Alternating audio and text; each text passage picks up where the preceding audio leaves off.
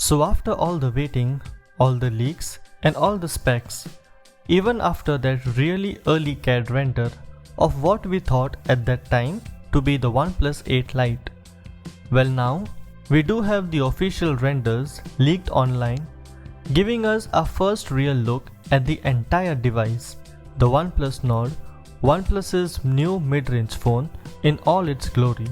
So when it was discovered that the Lite version would be a mid-range phone, we definitely thought that OnePlus would be using the 765G, which has gone into most mid-range phones this year. The G stands for gaming, but really what it means is that it is a slightly more powerful version of the normal Snapdragon 765.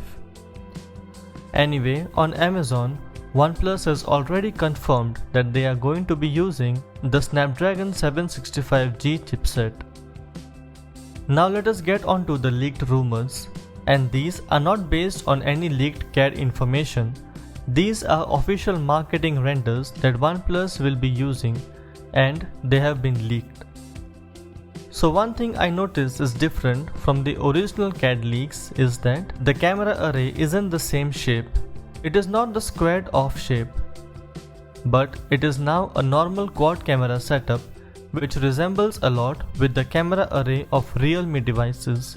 Honestly, that is kind of disappointing for me, as I did really like the squared off boxy camera array, which was quite unique to say the least.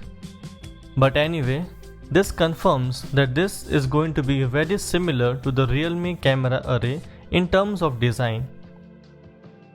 We also get a look at the grey color that we have seen hinted out a couple of times in other promo leaks, and as I have said earlier, it did remind me of the Samsung Galaxy S20 series.